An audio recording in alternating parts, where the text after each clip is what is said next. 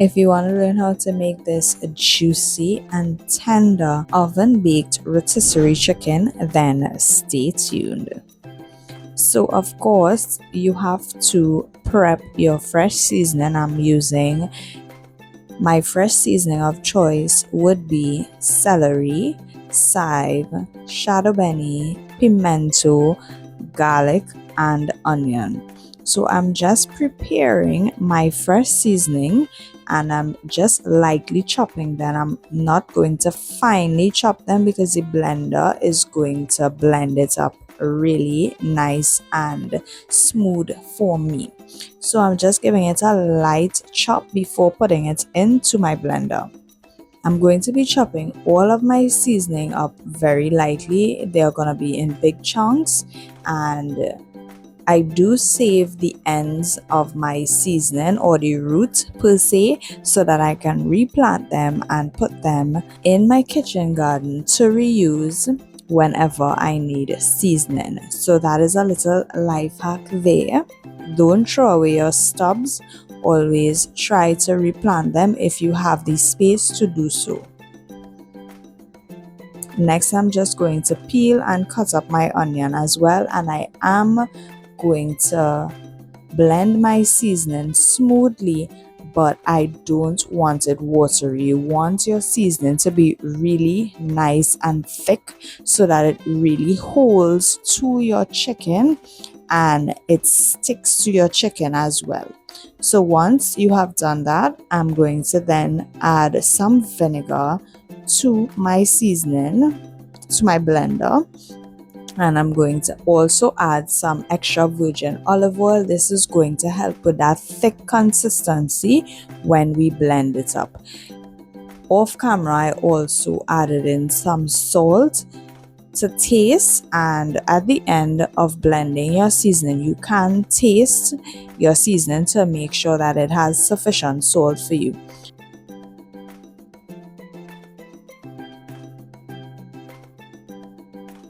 So my chicken was sort of pre-seasoned before, just lightly, and it was also cleaned as well. So I'm going to be adding in some paprika, and the paprika is what is going to give our chicken that nice beautiful golden color. If you don't want to use any preservatives or any additives. Now this chicken is not salty because you are controlling the salt that you put onto your chicken. So I'm also going to be adding in some of that seasoning that we just blended to our whole chicken, and for this recipe I am using 2 whole chickens. If you have more chicken, you can feel free to double the recipe or triple the recipe based on how many you have. And then you want to make sure that you gently rub in your paprika and your seasoning onto your chicken, ensuring that it really sticks to the chicken and all the parts of your chicken are evenly coated. So I am just gonna rub that in really well, make sure that it's all underneath the skin.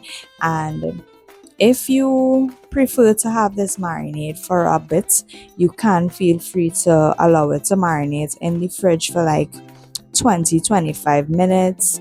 However, for me it works best with going in the oven immediately. So while I am seasoning my chicken, my oven is being preheated to 375 degrees. That is what we're going to be cooking our chicken at first. Make sure you rub that in really well, and this is what our chicken is looking like once we have completed our seasoning process. Next, I'm going to prepare my tray to bake my chicken, and I'm going to put some foil onto my tray, and this is going to help my chicken not stick to the tray, and also it's going to help cook that underneath part of the chicken evenly as the top part of the chicken as well. So here I am just placing my chicken, and I'm putting the top part of my chicken or I would say the more meaty part of my chicken, to the top. So that is what is going to cook and get that beautiful color that you all saw at the beginning of this video. The remaining seasoning that you have in the bowl, you're going to save that to put on your chicken later down.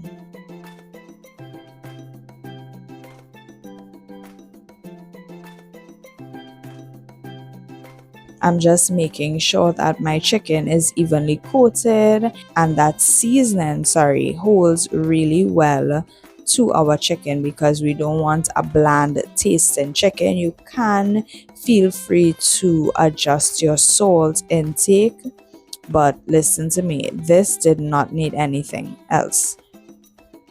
I am also going to use some foil to cover the top layer of our chicken, and this is gonna keep unlocking that moisture into our chicken. And you're gonna bake our chicken at 375 degrees for 1 hour. After that 1 hour timer, you are going to increase the heat to 400 degrees and bake for 15 minutes. And you are also going to remove the top foil layer and add that additional seasoning that remained in the bowl and allow your chicken to get color. And this is the beautiful outcome. I love the charredness of this chicken. It just added a really well smoky flavor that was just divine. So I hope you all enjoyed this video. Let me know if you all try this recipe, and don't forget to like, comment, and share this video with someone who's interested in creating or trying their own homemade baked rotisserie chicken. And it's really that simple: juicy, tender, smoky, and flavorful. I hope you all enjoyed. I'll see you all in the next one. Bye.